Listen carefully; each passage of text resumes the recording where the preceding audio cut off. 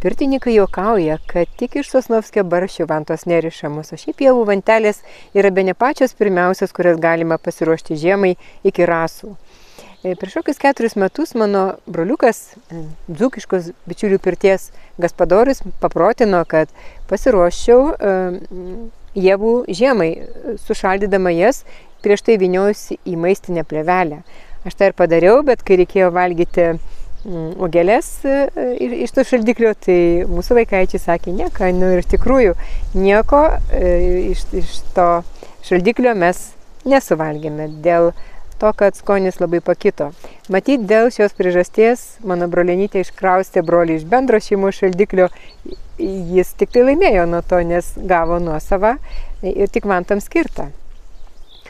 Galima vantas džiovinti, ievos vantas, ir jos vis tiek pirty skleis tokį labai gerą migdolų kvapą.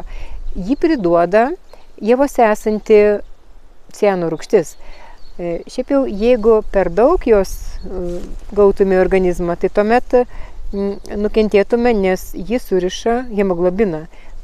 Tai yra ta labai svarbia eritrocitų sudėtinė dalį, kuri prisijungia deguonį ir kuri maitina mūsų gyvybinius organus. Tai dėl to gali sutrikti širdies ir kraujagyslių sistema. Bet nežinau, kaip jos labai daug gauti, tos ciano rūgšties, turbūt tik tai, jeigu įsikurtume su palapine po žydinčių ievos medžių.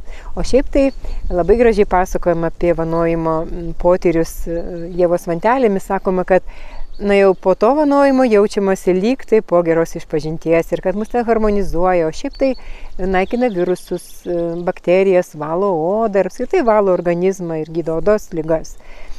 Ir dar girdėjau, nuklausiau, kad yra tokių žmonių, kurie vanojasi peržydėjusiomis ievos vantelėmis, kuomet užsimezga sėklytės, tai tuomet vienu metu ir masažiuką apturi.